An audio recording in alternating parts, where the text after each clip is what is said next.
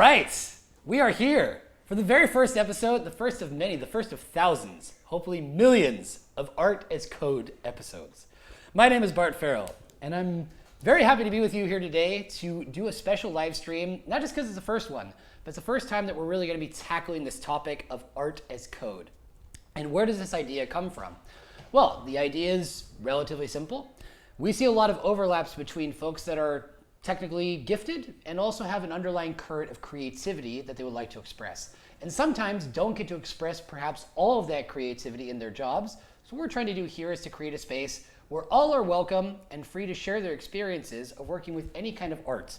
When we say art, it could mean cooking, it could mean literature, it could mean music, it could be dance, or it could be whatever your definition of it happens to be. You let us know and we'll get you on this show. Before we get started, just have a couple of announcements, a couple of reminders of things that are going on as we get closer to KubeCon. Hope everyone signed up for KubeCon. But we got a lot of stuff going on Cloud Native TV. We will be live in Los Angeles. I'm not in Los Angeles currently, I'm in Spain, but I will be in Los Angeles as of October 11th. And I'll be hosting a wrap-up show with Leonardo Murillo on the 13th, where I'll be focusing on different people of Latinx backgrounds who will be participating in KubeCon. But there will be wrap-ups every single day. Apart from that, we've got some very, very exciting, really good programs that are coming up on October 4th. We've got Nana Goes to KubeCon. If you've seen Learn Kubernetes with Nana, you know that she's an amazing teacher. She creates amazing content. So she's going to be coming on next week. We also got a spotlight on the co-located security day. So there's going to be security tag. That'll be fun on October 5th. On October 6th, we've got Cloud Native Live and a CNCF face-off. So you definitely want to check that out if you want to get some live trivia. Then on the 7th, we've got a pre-game show with Priyanka. So that'll be fun too, to hear directly from Priyanka what's going to be going on this KubeCon, what her plans are. But once again, you can check out all the schedule. You can check out, here on Twitch with the ClickUp schedule for all the different programs that are going on. Coming back to Art as Code. So as you can see, I am not alone. I am joined by the one, the only, Nelly Toby, who I am very happy to say I discovered because of her making her artwork public. And that happened in around January, February of this year. I saw that Nelly made some amazing slideshow presentations for somebody else. And so I reached out on a whim saying, hey, would you be interested in participating in the Data on Kubernetes community as an artist? And luckily for me, Nelly said yes. And I'm very grateful that she did. She could have easily said this guy is crazy. She would have been right.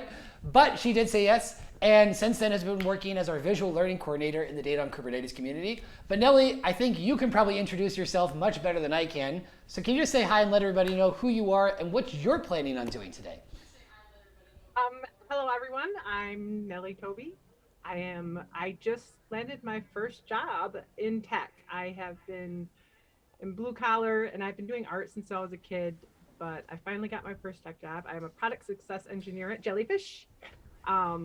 I do any kind of art I can get my hands on. It fulfills a need in me that nothing else can. And wow. That's me. That's good. And what a coincidence that you have some jellyfish perfectly placed behind you. Also a nice little touch of art. But if you want to check out an art that's Nelly's created for our community, check it out on Twitter. You can jump in our Slack. She's done amazing, amazing stuff. And one of the things that I've always emphasized there, and will be interesting to interact with our guest on this a little bit further, is the fact that a lot of these concepts, if we're talking about cloud native, Kubernetes, you name it, all these sort of open source projects, a lot of times are sort of difficult to get your hands on.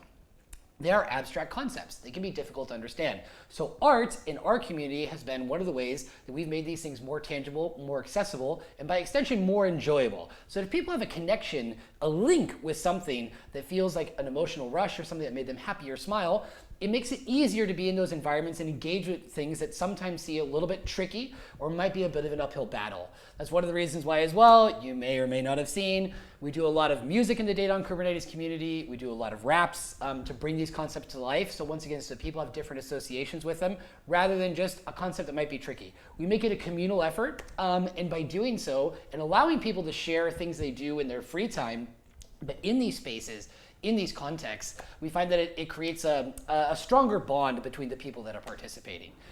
And speaking of the people that are participating, I was thinking about what are all the metaphors that we can use in this first one. And I hopefully won't exhaust them too much. But our guest today is going to be telling us about collage. And what would be a perfect example of a collage than the CNCF itself? We have people from a diverse range of backgrounds. I say that as someone who did not come into it with a computer science background. Nelly, I believe your academic background was also not necessarily based on computer science. It's something you picked up later in life. Is that correct? You could say I graduated high school. That's That my counts. That's an background. academic background. That's an academic background. Yeah. But what I'm saying is this: is that we all arrive here because of different reasons, and so we have people that speak different languages. Last night I was on the Cloud Native TV program with Leonardo and 3 other Latinx folks speaking Spanish about different stuff that's going on. We have people localizing documents in different in different languages.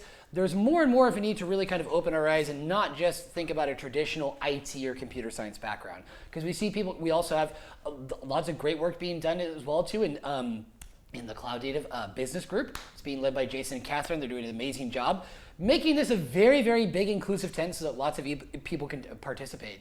So like I said, an easy way to sort of take advantage of the word collage, but we're gonna hear a lot more about collage in a lot of depth from our guest today.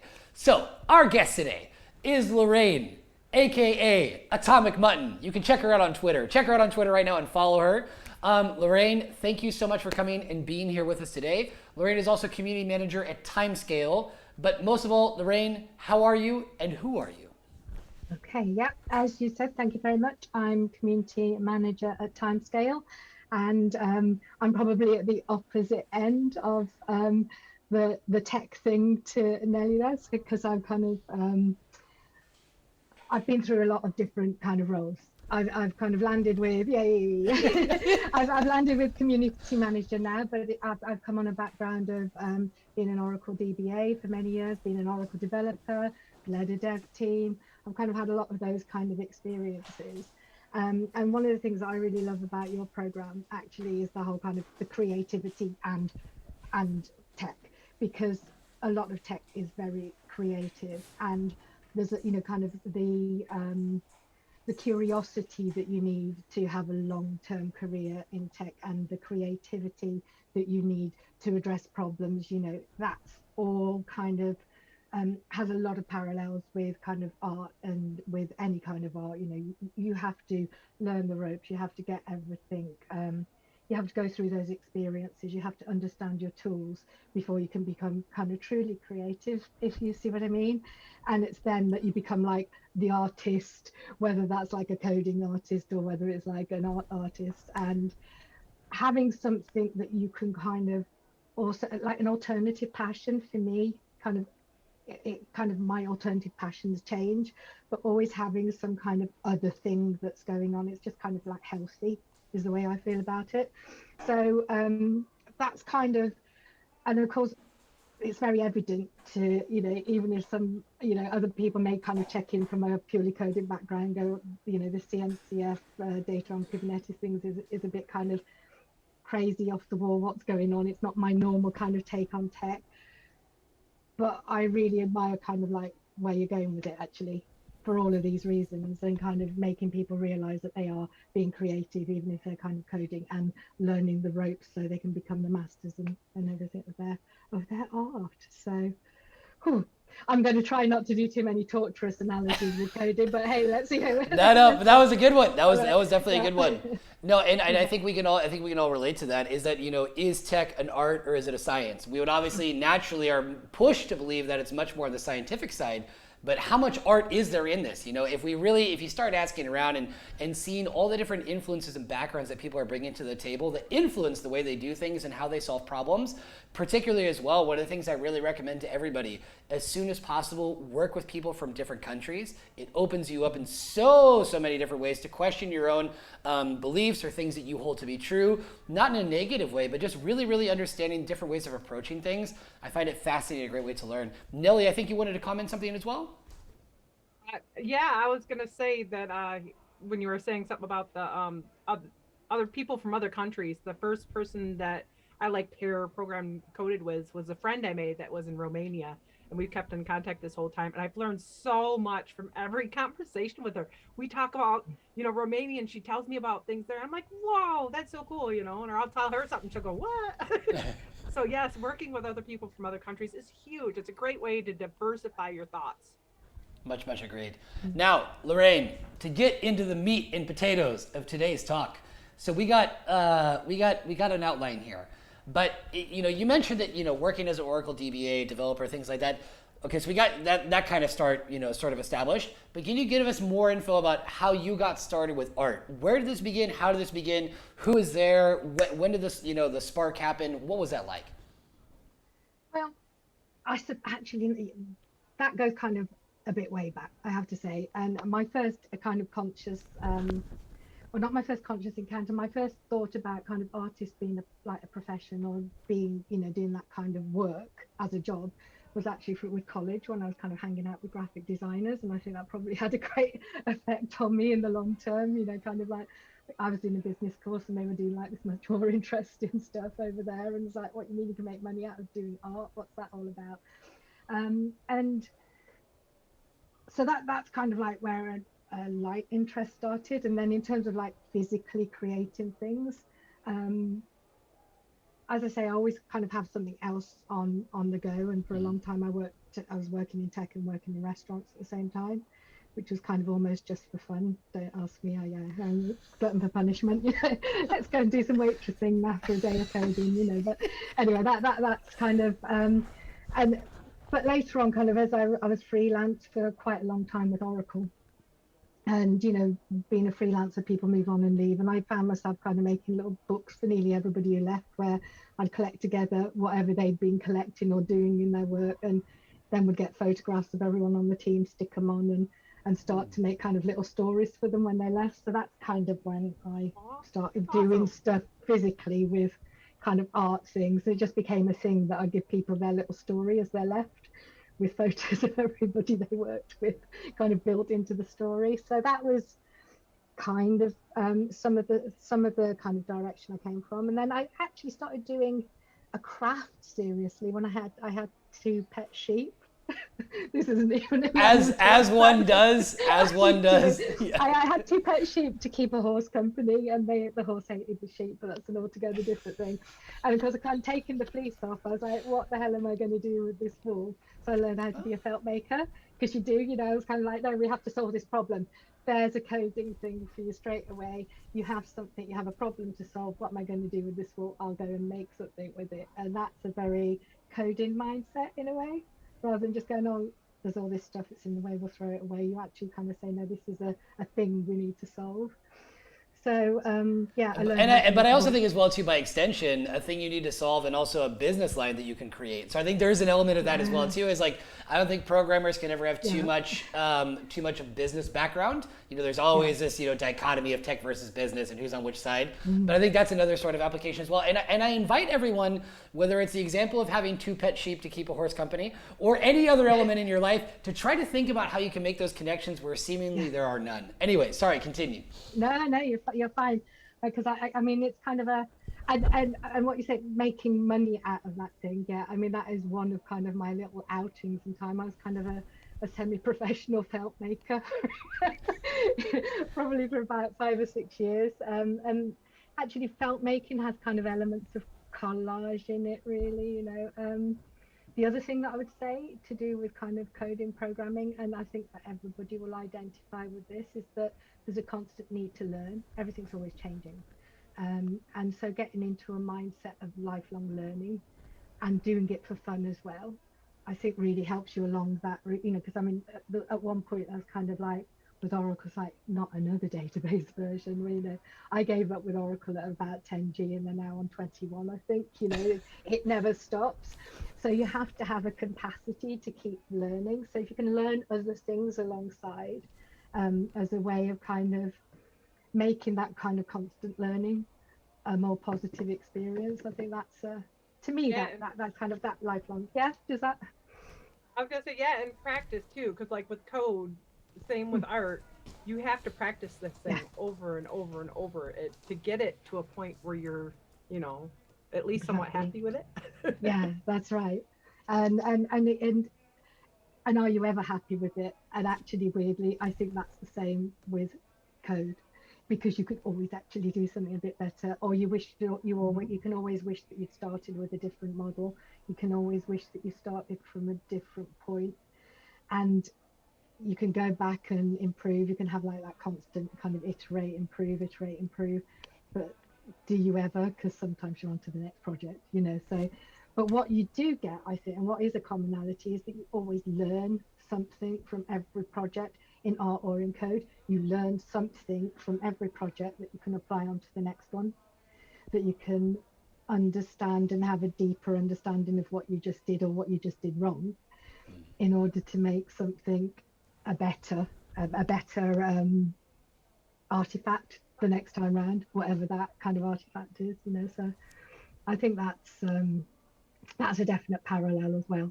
Oh, very strong. And I find this as well too, because I've played guitar since I was 18, which doesn't mean that I'm a super accomplished guitarist, but I have been in touch with it. But what I want to say about that is that very often when playing guitar, is that sometimes you'll make a mistake and realize that was the best mistake that you could make, because it unlocks something that you weren't previously aware of. So sometimes your brain being a little bit clumsy, you end up hitting a string or playing a note. You're like, oh, I love that mistake. I'm going to keep going with that.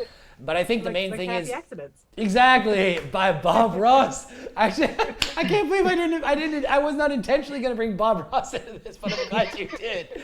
No, but it's true. Happy little accidents, and also because I think sometimes there's so much pressure, and we talk about this. It's fairly common to talk about in tech, like embracing failure and things like that. No, but like really embrace your failure, and also understand that the first time you do something, it's going to be a pretty ugly mess. And you look back at it 5 years later and be like, okay, wow. But give yourself some credit. When you're doing something for the first time, do you really expect it to come out being super good? And when sometimes and we can also talk about, with art, is it nature versus nurture, and practice, all these different things. Some people are more, in programming as well, some people are more naturally inclined, but it still takes practice. Like this notion that someone picks up some paint and it hits a canvas, and the first thing they do is gold. I don't buy it. I've never seen it. I would love to. But it's the same with music or sport or things like that. All these things will take significant amounts of practice. And I say this for the young folks that are out there. There's a lot of people in a lot of hurry, like, I want to learn Kubernetes right now. It's going to take some time. And there's going to be some trial and error in that. Enjoy the process. So that's kind of what I focus on there. Lorraine, is there anything that you would like to share in terms of pictures you may have to touch on that first point of kind of how you got started? Any references there? Or if not, Nelly, we can move on to the next question. A get started one. Probably I don't think I've got a get started picture. No, it's all good. I should, yeah. I mean, I have. No. Just so everybody knows, we'll be sharing a Dropbox link after this with all the artwork that Lorraine's going to be covering. So no worries there. Nelly, if you want to take the next question, go for it. Okay. Oh, I can't. Can I open it up? It's okay. I can give you. Are a we going hint. off the script, or can I just? No. Oh, the thing is, just so everybody knows, we have a script. But given the kind of context, I think we can just kind of roll with it. And Lorraine, you can share whatever you want. I've already gone wide off the script. So yeah. I did say like a good. I was worried about being tongue tied, and I said that no. You're more likely to. No, but like every good artist, you have to be able to think on your on your feet and be able to improvise and iterate. So yeah. Anyway, Nelly, fire away. Yeah. So I'm wondering, I know you do collage. Is there any art that you've always wanted to do, but you've never had the resources or the capability to do it, like marble sculpture or something? Is there anyone that you've ever been intrigued by but never been able to do? I tell you what, I think the capacity to do. I mean, there's things like kind of having the equipment, for example, to do pottery. Having the kilns and things like that. There's that side of things. That's a whole investment, and I'm very good at investing things and then thinking, oh my goodness, I haven't used that for 3 years. So what I was going to say actually, though, is more my capacity. I mean, Bart touched on it, kind of the impatience to be good at things. And I think that I kind of, nearly everything that I end up choosing to do has, relative to other forms of that craft or art, instant gratification involved. So with collage, you're not having to wait for paint to dry. With felting, I can kind of with felting, I can make, say, a bag or a hat in maybe 3 hours, whereas if you wanted to knit it or design it and sew it, if you're knitting something like that, it takes too impatient. I can't. Exactly, and it's too long. And it is that kind of patience, and tortuous analogy coming along again, but it's that kind of like the patience to see how to make your stuff better, the patience to work out, okay, that was the pattern that I just kind of coded a SQL query in, Yeah. but that one's slow. Now I've got to work out and unpick what I've done in order to understand how to make it a much better form. That you do have to have some patience there as well, actually, because you want everything to work first time. Yeah. I mean, so for sure, in terms of answering that kind of question, I would say there are things that I'd love to be. Photography. There you go. I would love to be a really good photographer, but all of the intricacy of understanding all the different settings on a camera, when actually I can just pick this thing up and do a point and click and I've got a reasonable photo. Yeah, I don't think I'll ever be able to do that, but I wish I could. I really do wish I could. So respect to all the shout out to all the photographers out there and people that are able to do things that take a lot of time. Because I completely identify that with that as well. And it's funny that my friend who's helping me here is that we both produce hip hop, and so, but the thing is that I lack the patience. Like, I just want to do something immediately and then it's done.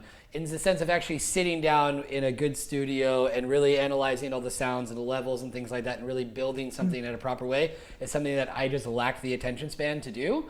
He is blessed as a very patient person and can sit down. But that's also, I think the other thing is there too is complementary skills. If we're talking about, like a team in tech, because it's so common to work in teams, is that you really, if you have 5 people that all are, we can kind of say like us, that just really want to get things done quickly, that's not a good thing. But you also have people that only have a long-term vision. So I think that also speaks to that kind of balance that's important to have.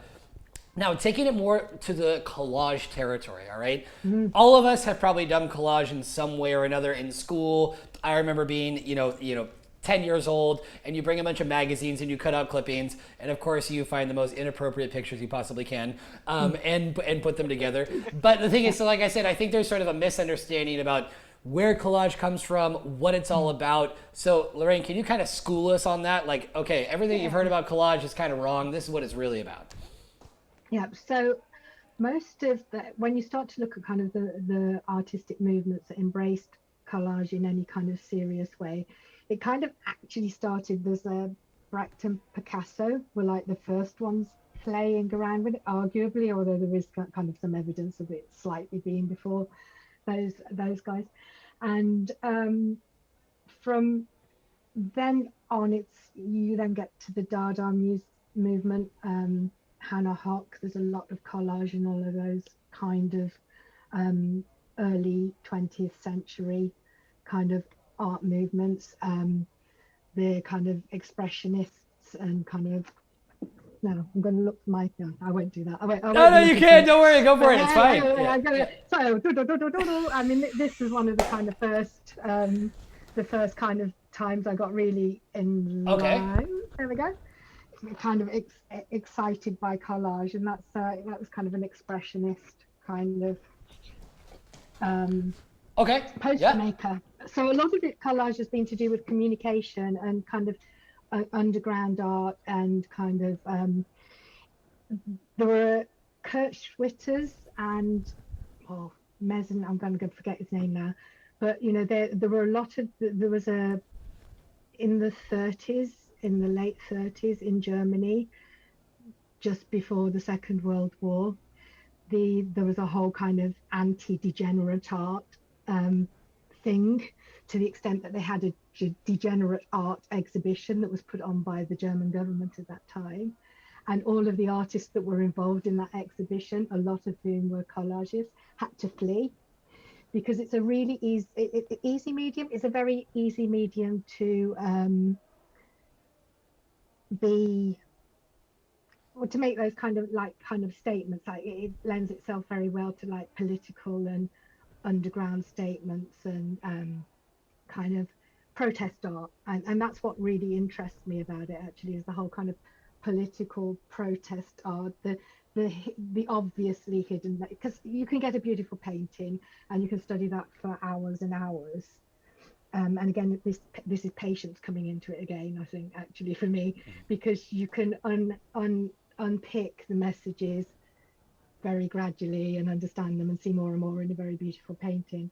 but actually a lot of collage is in your face because it's about protest, and it's about kind of political messaging, and you know, kind of it perhaps starts with posters, but then has the kind of the whole underground movement associated with it. So I think that's kind of the fascination of it for me, and it's come through all these kind of anti programs, and kind of the groups have been very much of the underground, and the kind of surreptitious pasting of posters in places, and just being kind of that kind of rebellious edge to them, and that has carried on throughout, you know. And I'd say there's been kind of a peak in interest again in, you know, these things come in kind of waves. Mm-hmm. Kind of, you know, everything kind of comes in kind of bits and waves, as does tech.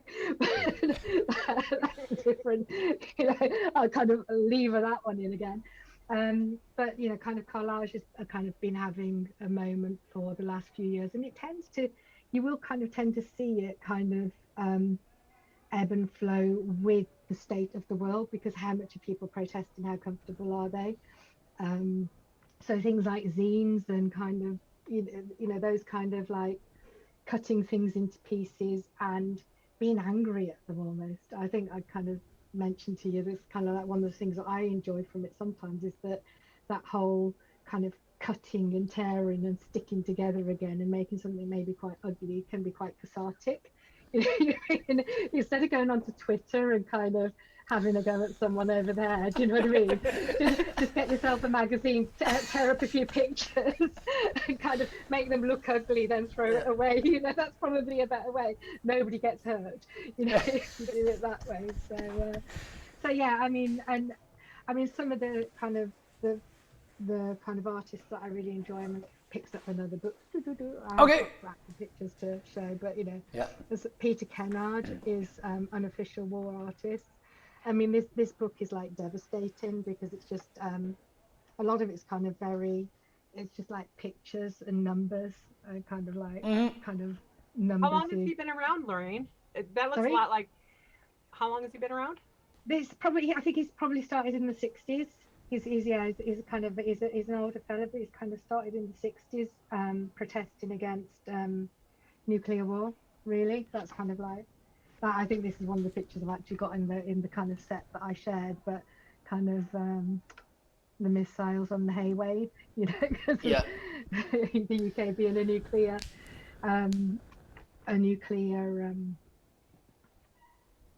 country. I use those words, but yeah. And a lot of I think my kind of work and my kind of thinking, because of all this influence, you know, I tend to be very kind of post-apocalyptic kind of in kind of the images that, and they've gone incredibly out of fashion actually. It's like, you know, kind of what she put in kind of nuclear explosions all over kind of bits and things that she's sticking together.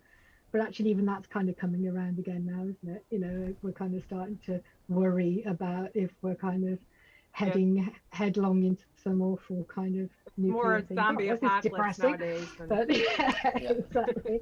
I've been doing the zombie apocalypse running just last week or so. So you're ready. You're ready. Yeah. Well, I live in a hill in West Wales, where you can see anybody coming for miles, so you know I'm ready for it. Yeah. And you have your attack sheep that are ready to kill at a moment's notice. I'm sure. No, but I want to touch on a couple things that you mentioned. Is that I think something that's really interesting, and tons of parallels here, is that you mentioned the sort of cathartic notion. Well, I think a few things. The cathartic notion of cutting something. I relate to this a lot because of my mom, who I will definitely want to have on this program at some point. Has worked for many years with ceramics, particularly making mosaics, and for her, and she had a lot of good reasons to want an outlet. You know, the act of breaking things, smashing plates and tiles, doing exactly what you're not supposed to do with this kind of stuff, is extremely cathartic. It's like, I'm going to go out to the garage and make a bunch of noise and do all this and then I'm going to put something together with the things that I broke. So you're being destructive, but then also constructive. So I think that's a really interesting thing. I think also just particularly in the case of collage, perhaps compared to other art forms, is the fact that, like you're kind of saying, it's quite low cost. What do you need? Which is why, as a counterculture thing, is like, who's got some scissors and glue? And I mean, like, and you don't have to have this self-belief that you can draw. That's true too, Anybody right? can kind of cut It's things, it's so inviting that way. yeah. And everybody can probably draw, but everybody criticizes their own drawing. Oh, I can't draw. I'll still say that. Your I own can't worst draw. critic, yeah. Yeah. And you're kind of a lot more shy of showing your own drawing. In a lot of people can be more shy of showing a drawing in the same way as they might not sing in public. They'll sing in the bath, they won't they won't sing in public.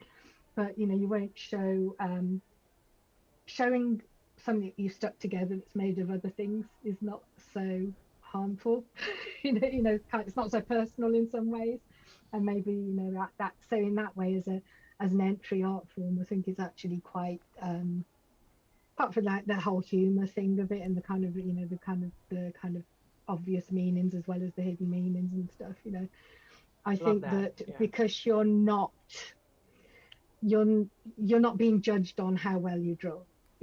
You're being if you're feeling that you're being judged at all, you're just judged on how well you stick things down, if the edges are showing or something. But or whether the typeface from the other side of the piece of paper came through because you over soaked it or something. That's kind of like the limit of the criticism that can be kind of placed on you. So if that makes sense. It definitely does. It definitely does. Nelly, next question's yours. Oh, so how do you think all of this collage has impacted your impact on the community management and stuff you've done? How do you think it impacted it? Well, one of the things now we've talked about kind of like the dark arts, kind of like some of my stuff is kind of a bit not safe for work, but what I have kind of found is that it's made me more aware of how something that you can do can be misinterpreted. So the message that you think you are giving is not necessarily the message that people are receiving. And I think that's actually really important in tech teams, in community management, in life, really. And when you start realizing that, and I'll give you, I can give you an example of that. It's a collage that I wouldn't show. I certainly wouldn't show here. In my kind of whole post-apocalyptic thing, I had done, and I hope I'm not touching on anything really too badly here, but I'd kind of got a collage of a flat with some National Geographic is a great place to start when you're doing the collage, by the way. They have amazing photos. But I'd cut out some kind of some monkeys and sat them on a settee with the nuclear war going outside, and they're watching their TV. And I thought that I was very obviously saying the people have stuffed up and they've come into, the animals have taken over. Thank goodness they're watching the TV while all kind of hell is breaking outside the window. But of course, people saw that and were saying that that was some kind of comment on kind of race and society that I never ever intended. And that is a really, really good example of something that you can just like walk into something with totally not that as what you were thinking about. So yeah, I mean that's kind of like, that is a really good example of kind of learning by I never ever would have been, that's what it meant. And you have that same kind of communication when you're working online all the time. You have to be very aware of what you're saying, as a community manager, for example, because you don't want things to be misunderstood. And Bart, you were saying about how working with people from different countries, you can't assume, and this is now applying to like tech and remote work at this point, don't assume that you have the same kind of starting point and the same understanding of things that are going on or how you receive things. And from the course that I did a postgraduate course, a really good example from that I finished in 2018, which was graphic communication. But I was working with a lot of Middle Eastern students, and there was a young woman that was doing some art that was very out there for where she lived. She kind of was from Palestine, lived in Dubai, doing very kind of at the edge of kind of what was acceptable in her society and probably not acceptable in her society. And the tutor, who was an English fella, had given her some written commentary that said, it's a great shame that, and there was this thing about, it's a great shame that you didn't complete that piece of work, or you didn't take it further. I don't know what he was saying, but she read that and came to me in kind of absolute floods, wanting to speak to me, because he thought that she had interpreted a great shame as being, you've brought shame on yourself and your family, and that's literally how she had interpreted it. So I had to go through this whole English usage thing with her, that a great shame was actually a very empathetic thing for an English person to say, an English speaking person to say. It was nothing to do with her having to be ashamed of what she was doing, because of course she was doing like these kind of imagery. So there's a really good example of how you can kind of learn from that kind of communication. I think it's a really, really strong example. And I think regarding the communication, I think anybody, even if it's in a local context, is that I think it would be interesting to kind of poll other community managers and say, like, have you experienced something similar? I would imagine that most would agree, because it's trial and error. And it's not until you have a moment like that, you're like, wow, like I really got to think that, or maybe I should run this by somebody before I publish it. Because it's, I mean, those things can happen. And in other cases as well, people have an incredible ability to twist things that you said, and you're like, that's totally not what I meant. But other times, just innocent misunderstandings can happen, and things like that. Going back to the other thing as well, too, I think it's particularly important in once again, the CNCF, we have lots of different people from lots of different backgrounds. And so just from a language perspective, because of living in Spain for 10 years and interacting with a fair amount of people who are learning English, when you talk to somebody and they say, oh, I speak English, it doesn't mean they speak English like you do. And it doesn't mean that they're going to understand all of your cultural references, your jokes from TV series, your political stuff, your favorite bands. There are going to be tons of things. It doesn't mean that they're not intelligent. They just didn't grow up in the place that you did. So it's how are they possibly supposed to know that? So I think that cultural empathy factor, once again, if we're looking at teams or communities as a collage, is to really, like I said, to appreciate those things. But I think I do feel that the CNCF is a very welcoming place. I've been very welcomed as a non-technical person. Sometimes, though, I have to remind people of that in order to have a more successful conversation, so that we get kind of on a level playing field. But I think it's very nice that you shared that example, because, like you said, you can do things with the best intentions. Nellie, next question. Banksy. That's. I was thinking the same thing. I was thinking the same thing. Yes. What do you think about Banksy, and who do you think Banksy is? Well, we keep being told that this has been exposed, don't we? But it's never really quite true. Some guy from Bristol. That's what I've always that's where the kind of all the hot money is, I think. But that's been the kind of for a while, a long time. It's like somebody from Massive Attack, or it's some, there's kind of different bands from Bristol that this person's supposed to be from. But we were actually, while Bart was detained elsewhere, we were saying, well, perhaps Banksy is somebody that you don't expect them to be. Perhaps Banksy has to adopt. I mean, do you want to say your theory, actually? Yeah, if you want to. Do it. You heard it here first on Artist Code. My theory is that Banksy is someone who wouldn't normally be accepted by art society or society in general as an artist. And so the whole reason everything has been anonymous and has been completely hidden about this person's identity is maybe this person wouldn't be accepted. Maybe they have a disability. Maybe they're very dark skinned. Maybe it's a female. Maybe, there's all these things that in a lot of societies, artists art, I mean, look, Bob Ross, Picasso, Rembrandt, what do they all have in common? All of these famous artists, they all have something in common, and we know what it is. Yeah, we were going to. This is that's the wrong one, isn't it? I was going to show you the Gorilla Girls. Have you got my screen coming up? Yeah, we do. But the pictures are coming out a little bit small. Oh, are they? That's part of the challenge of Artist Code. We invite the viewers to look very closely at their screens. No, this is bigger. This is a collage by the Gorilla Girls, one of my favorite groups. And this is what we're really saying, isn't it? This is what we're saying here. If you keep the women out, they get resentful, or they have to hide and pretend they're Banksy, and everybody has a kind of it's this guy who leads a band, but maybe it's not, So that, only keep those gates up so long. We're getting in. Yeah, exactly.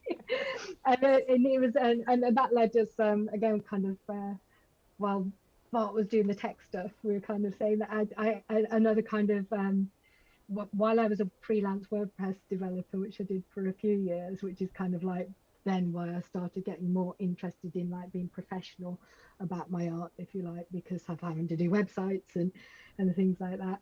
I did actually do MailChimp for the first gallery that ever exhibited Banksy.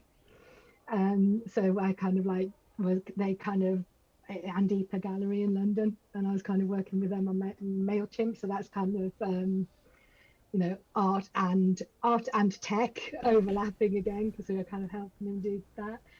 And they had, when they had their Banksy exhibition, which is in a really swanky area of London, um, they had queues around the block of the kind of people that would never ever be in that area of London, and it caused so much upset that all these kind of kids and things were coming to see Banksy, and it was kind of into this art gallery that belonged to a family of kind of 16th century art that Oh come wow. from the background of Italian art dealers. Yeah, like yeah, going to the Medici Gallery in London. Yeah, exactly. Yeah. I mean, and I mean the other, I mean, and this is where kind of like the protest kind of idea comes in. I'm just looking for Barbara Kruger here. No, but it's just funny when you mentioned the protest stuff, because I think that's one of the, and once again, going back to the low cost factor, is that it's so inviting because you can take these random elements that to draw on your own would be next to impossible if you're not a great artist. And even if you are, it's not going to have the same impact. So I think that like, I was just thinking off the top of my head. Well, anyway, tell us about this first. I mean, well, this one's another, I mean, that's a really simple image, but you can see exactly what it's about in kind of like in three parts of an image. It's Peter Kennard and his kind of crushing cruise kind of thing. So, that kind of imagery is really kind of, that kind of protesting. So. Yeah. Sorry, I was just on. No, not at all, not at all. No, because I was just multitasking. I was believe it when you say women can multitask. Yeah. I can't look at pictures. I kind of talk. Yeah, but whether it's multitasking or anything else, what can men do? I don't know if there's that's another episode. That's another episode. We're not here to beat up on men. No, but we're gonna have to have Lorraine on for at least. I felt guilty as well because quite a large selection of my favourite artists that I'm sharing are fellas actually. So That's okay. I'm not discriminatory here. But now we want to get to something even further. Is that okay? So we've looked at a couple of things from different artists, but what's the best Lorraine piece? If we want to go out and find something, tell us about things that you've worked on, and also where we can find this stuff. Yeah. So Atomic Mutton on Facebook is kind of, I don't keep it up to date. This is one of the things that you do find difficult actually, is kind of having a serious kind of attempt at keeping up to date with your artwork at the same time as working.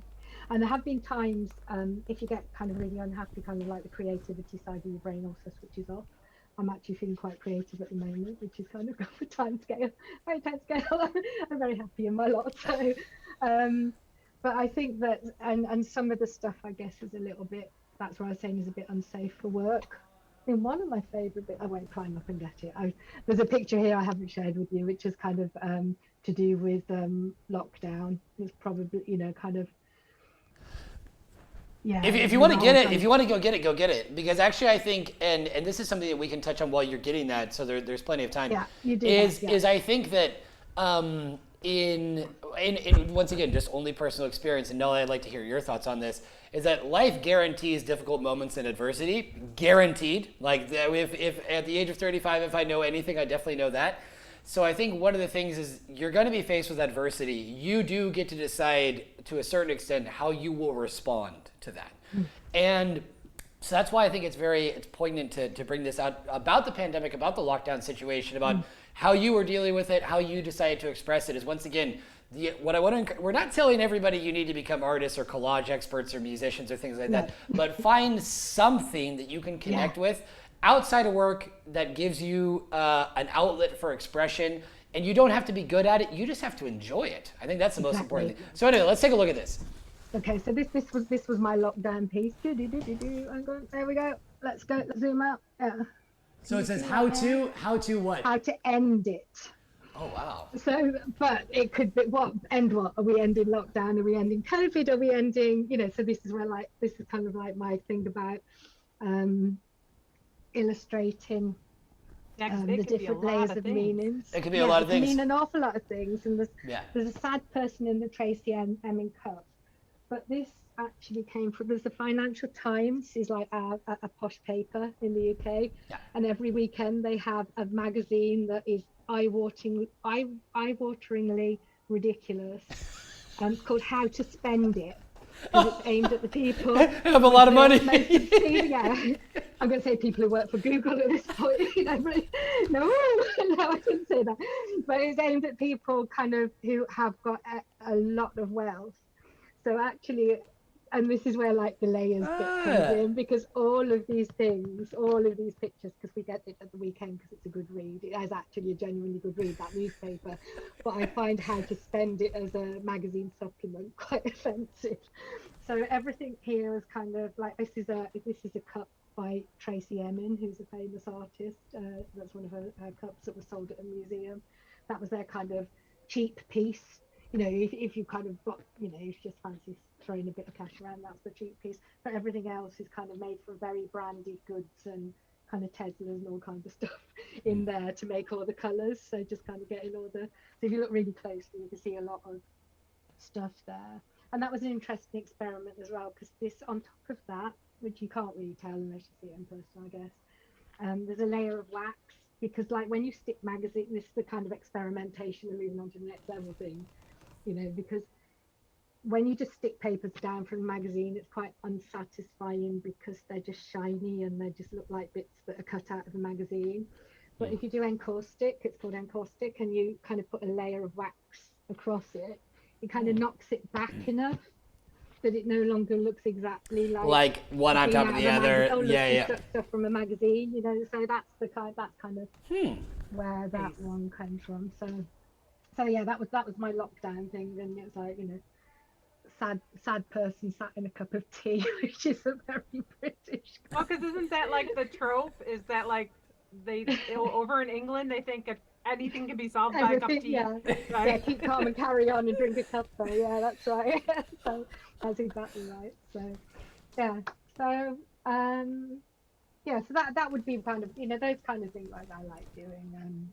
Yeah, I and think and then my little book. I mean, the ridiculous project that this is how Bart and I started talking about this kind of thing, actually, because he was talking about art on Slack and that his mum liked collage and this type. I, for my project for my MA that I finished 2 or 3 years ago, because I did that alongside kind of work and in my part time for fun, lifelong learning.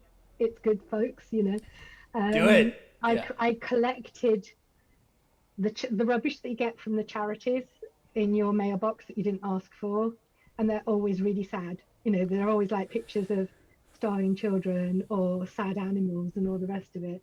So kind of I set up, so I collected all of this stuff from houses, 5 or 6 houses around the UK that they got in a year, and then I made a book from it, but I turned it into a children's storybook about kind of how Nana Joy in the sadness of the world. That was the idea of it, is that she's kind of getting all this sadness just shoved through her letterbox uninvited all of the time. And it's kind of like, you didn't ask for that to come in your door, Sure. so now why are you having to deal with it? Why you have to look at the picture of the sad animal and things. And that was kind of probably the favorite work I've ever done. And yeah, this book, I did send Bart a copy, but it's stuck in Spanish customs We're patient. at Yeah. the moment. Yeah. It's flying on its way there. So yeah, that was kind of but and then when you look at something like that, funnily enough, after that, the amount of charity mail dropped off, because there's a whole load of cases in the UK that it was a problem that this kind of mail was coming through and begging for money, and old ladies were kind of killing themselves because they'd kind of signed up to so many charities, they didn't know what to do next, and they couldn't pay out anymore, but it was making them so sad. And that's a really true bad thing that was happening, and the consequences of something that seemed quite innocent, charities asking for money, were actually quite dire. but when you actually, I kind of got all this paper from like 6 houses around the UK. There were several things that were really interesting. One was the complete diversity and the difference of the charities that asked for money from the London Expensive House to the ones that asked for money from West Wales. Yeah, because I live like in the poorest region of, I think, Northern Europe versus London, which is clearly not. And the nature of the charities was really different, and that was interesting. Um, and the other thing is that I then did a rough calculation that if this amount of paper was going into every household every year, it's something like, you know, ridiculous square miles of forestry Just being is cut being down. knocked Yeah. down just so that we can have charity mail that we never invited come through at all. And not only do we not invite it, when we get it, it makes us sad. What is that about? So think of the consequences. That's the point, really. But anyway, so yeah, that's kind of probably my favorite. And you can see that book actually, nanojoy.co.uk. I've left the website up there. So Where did you put that in Zoom? yeah, I think so. Okay, yeah, Gorka, can you send that to me by Slack? Yeah, cool. Yeah, And then I'll get you send that to me. Anyway, no, you can or he can. It's fine either way because that way we can put that here on Twitch. Okay, now I guess we unfortunately, I mean, this was scheduled for an hour, but we could obviously be here for much longer. But Nelly, do you have any final questions that you want to ask? No, this was so cool, and I just want to pick your brain about art so bad because I No, don't keep going, really keep going, get- keep going, keep going. Yeah. We've got 8 minutes. Yeah, that's the point. Yeah. So what else have you done? I mean, you've done the collage. Have you done other ones like other? Because I know you said you're impatient like me, like waiting the paint to dry. So you Yeah. know what that's about. I know what that's about. I do, yeah. Other collages, yeah. Let me share my screen again. I have Yeah, got some one thing painted- one thing as well, Lorraine, have you also done digital art alongside actually? Okay. I have indeed. Well, because I think that'll be Um, interesting as well for Nelly, because Nelly also works with a tablet sometimes, but then also switching back and forth. So I think that's interesting too. So here's some practical work and database related ones that I was editing the Percona blog. So that's all about Postgres and MySQL. So it was a Nice. blog post about. I know that So that- reference. Yeah, so that's a digital piece, and likewise, this was extension called Chameleon that was to do with bringing data between Postgres and MySQL. Well, this isn't a dolphin because Percona's version of MySQL had a lion or a puma as its logo, so they all have. There was a top point when all open source databases had animals as their logos. So those are a couple of digital art pieces. And talking of paint, I mean, yeah, those are kind of National Geographic again. It strikes again with a painterly background. Those are quite fun, you kind of do random. Again, they're kind of a bit apocalyptic, really. No, but I think it's like we were saying about Banksy, but also because like I lived in I lived in Egypt for a year, but then also traveled around different parts of the area and seeing the separation wall between Israel and the West Bank. There's tons, and obviously Banksy is no exception, but there's tons and tons of art on there. So I think in some ways with collage, it sort of invites. You can say it's a theater. I don't want. This might be an extension, but I might be reaching too much. But a sort of theater of the powerless, where you can remix things and you get to be the narrator and create new kinds of realities that are otherwise like inaccessible, that are out of reach. And I also think just from seeing your other thing is like how to end it. This sort of like remix, mischief, humor that you find in there too. That is also very empowering. Just a silly example that I thought of when we got started is like the Sex Pistols album cover of God Save the Queen, of like, I can take this like sacred almost image and I can do whatever I want to it because I can, and I'm a rebel. And so I think there's, if I take anything away from this conversation, or one of the things I definitely take away is one of the things that collage provides in that sense that perhaps other art forms don't give as immediately. You're sorry. I think it is that kind of. I think it's the constant association with the underground and the hidden message. I think, I think that's really, it's not about beauty, and it's not about, and like you say, you reference like the Sex Pistols, and we didn't touch on that really. A lot of the work I do is square, because I kind of and that totally went out of my head in this conversation, but Doesn't matter. kind of like a lot. Yeah, what the hell? But yeah, a lot of mine is album size square. That's what I was gonna say. With that Financial Times one, is like, this is an album. Yeah, and loads and lots of the work I do, I just find it really satisfying to work in the square. And I realised when kind of talking about this and coming towards this, is like, well, actually, it's because I'm so influenced from the album art of the 80s, which was, kind of famous artists and typographers like Neville Brody, Barney Bubbles, who you are kind of go, Barney Bubbles, who the hell is that? But if you saw the album covers, you would absolutely know who Barney Bubbles was. And this book, this is an excellent book for that, which has all kinds of the graphic art of the underground. All right. Because that's almost all about kind of music covers, and this is probably not. Yeah, it's not all about album covers, but there's that whole kind of other thing about being able to the do-it-yourselfness. She says, reaching for this one. I got this for about £3, which is about $6. Well done. Well done. And then I was looking last night saying, I wonder if it's kind of like, you can, not that you ever get this money, but you can get it for £73 at the moment on Amazon, I think. Oh, wow. So this is like all do it yourself, like brown bag things, where people have had to, they're kind of independently doing their records and their vinyl and making their own album covers. So that's the real treat. And again, a lot of those will be collage, just because you don't have to be able to draw. You can just kind of stick brown bags together and stick things on and print and whatever. So it's like the practical and the kind of what you're able to do, while still making it look kind of underground and raw, so. Mm-hmm.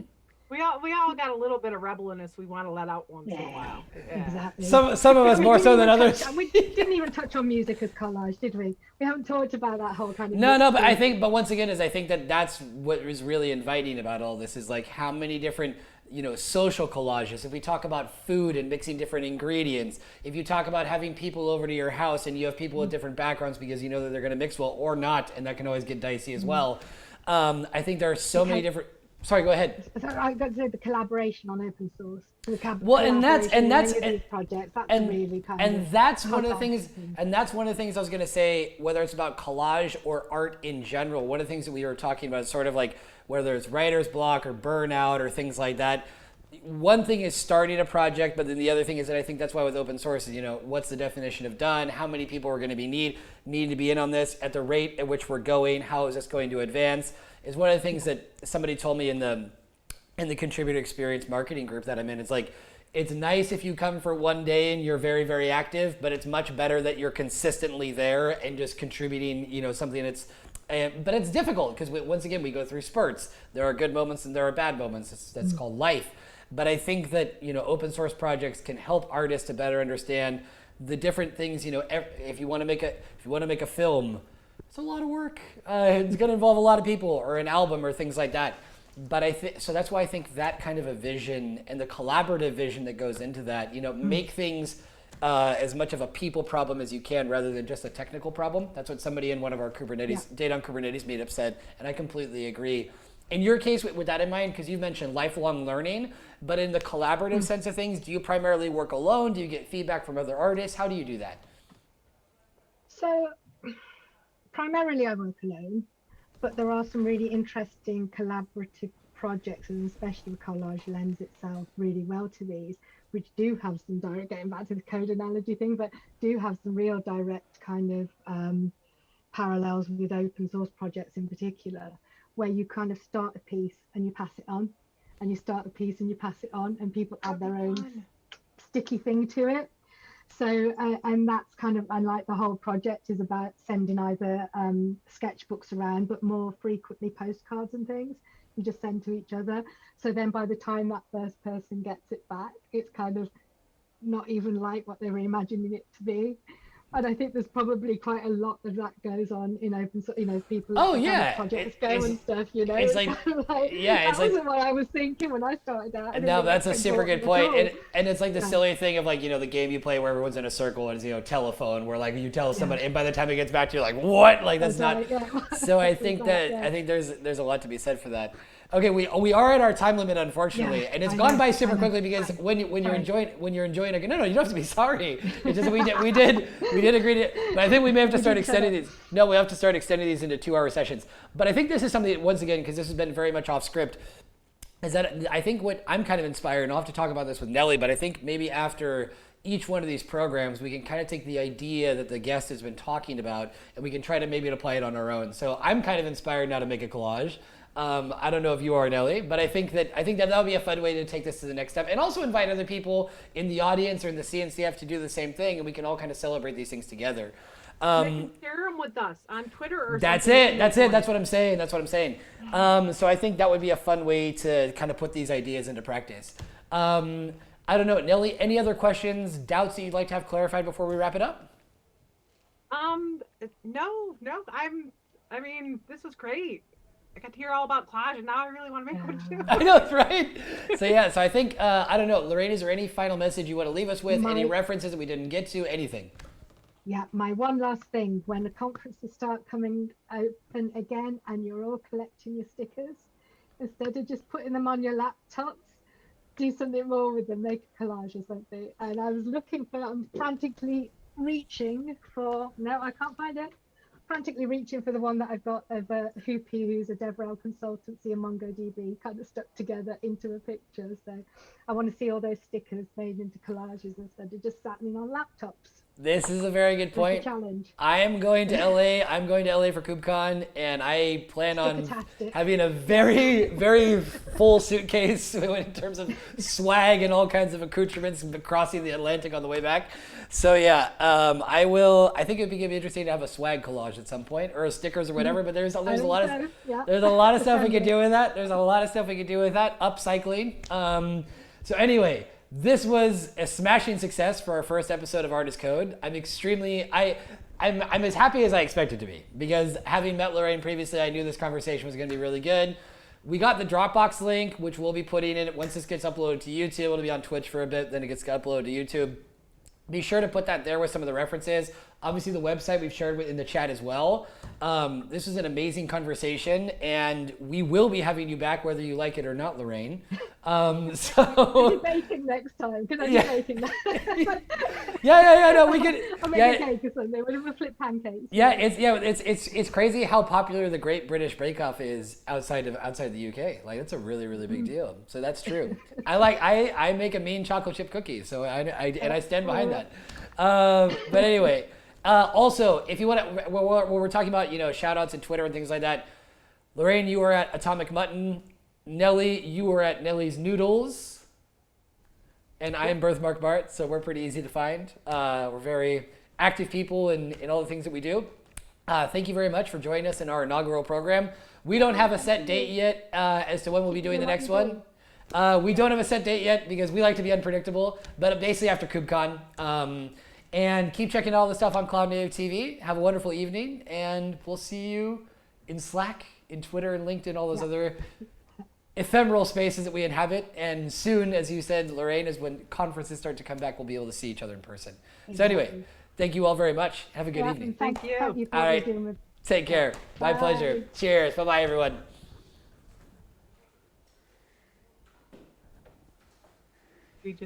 Yes, no. Yeah, we're good. Okay. Cheers, Nelly. Bye-bye. Bye. Ay, muy bien. Por fin una conversación interesante.